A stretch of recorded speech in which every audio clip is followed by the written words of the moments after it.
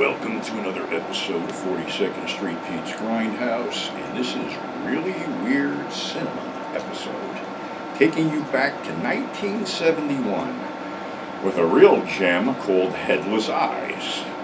Headless Eyes. Anybody ever see this? It was put on a double bill from Jerry Bolson's company with the Ghastly Ones. And probably anybody who has seen this double bill probably never referred anybody else to it because it's that fucking bad. It was produced by Ron Sullivan, whose name would be better known in porn as Henri Pichard. It's kind of really fucked up. It opens up with this guy who's an artist, quote unquote, burglarizing some woman's apartment, and he wakes her up.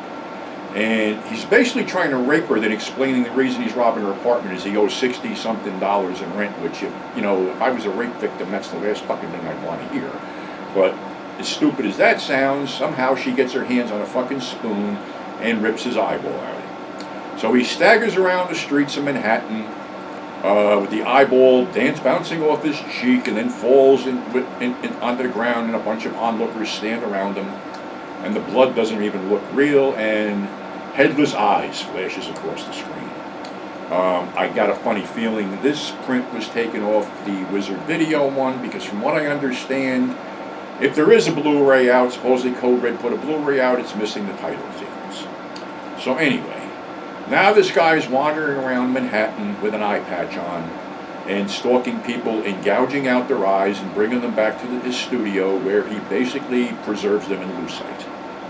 And he's got an ex-wife that comes back and starts haunting him about doing this and doing that in between murders. And then he's sort of fixated on this blonde actress that he stalks. And it just gets even weirder because this student shows up, and she's sort of like a hippie and is sort of into what he's doing. And this would be his total doppelganger, but that whole scene goes nowhere. It's more of him. He finally stalks this blonde actress, corners her in some kind of meat locker, and then gouges her eyes out with a spoon. But then the film sort of ends with the workers finding him frozen to death in the freezer. Weird, right? Well, like I said, I don't think anybody would recommend that double bill to anybody because it really ain't that fucking good. And, this was only the beginning of a spat of New York City-based slashers.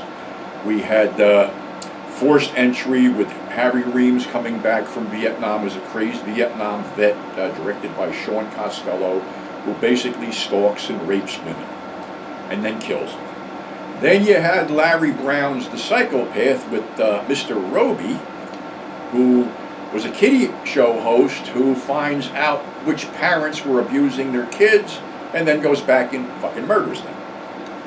And you had a few other ones floating around.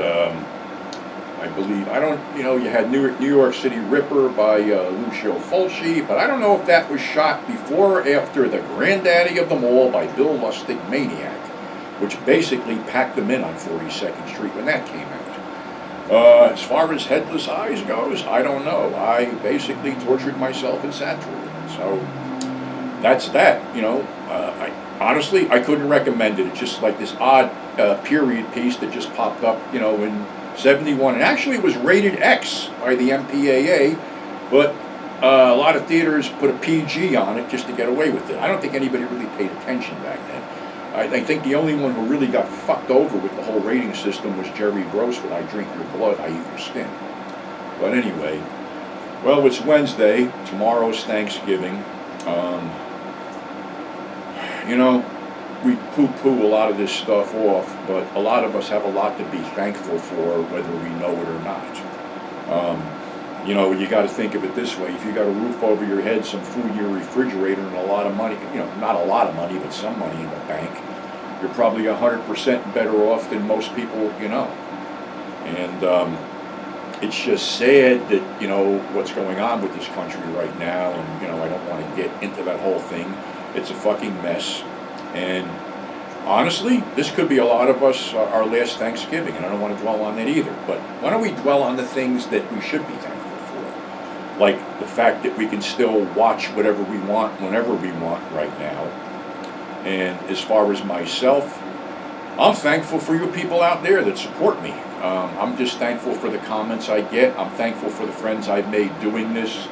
I'm thankful for the 30-odd years that I've been bouncing around, doing this in and out, and some of the things that I've done that were really cool, and then, the other things that you basically, got to eat a lot of shit doing. But overall, I'm thankful that I'm still here, still basically healthy, for lack of, healthy as I can be at 72, that my girls are still okay, that I still have them, and I still am able to do this, able to freely put out a video uncensored right now, and, get my opinion out and, my stories out, which is a lot to be thankful for. So, I'm going over with some friends, have dinner over their house Thanksgiving, which I'm incredibly grateful for because I don't have any family here. And, like I said, it wouldn't be the first Thanksgiving or Christmas that I've spent alone because I've had a bunch of them too. But I'm thankful that I have friends that, care about me as much as they do that would invite me over. And like I said, a lot of us got a lot to be thankful for, whether we know it or not. So think on the positive. I know I come off sometimes like a negative piece of shit, but there's a lot going on in my life I don't like right now. I don't like to be apprehensive about my future, but, it is what it is. So I wish everybody out there a happy and, above all, healthy Thanksgiving, and let's keep our thing going. And to the people that support me, my eternal thanks. I'm grateful that you like what I do. I'm grateful that you enjoyed the show and enjoy the books and magazines that I have put out. So until Friday with a road story, enjoy your turkey, stay safe. I'm not going to say stay sober because I'm not. I'm going to be smoking my face off when I get home from dinner. So until next time, I'll catch you on the flip side, and happy Thanksgiving.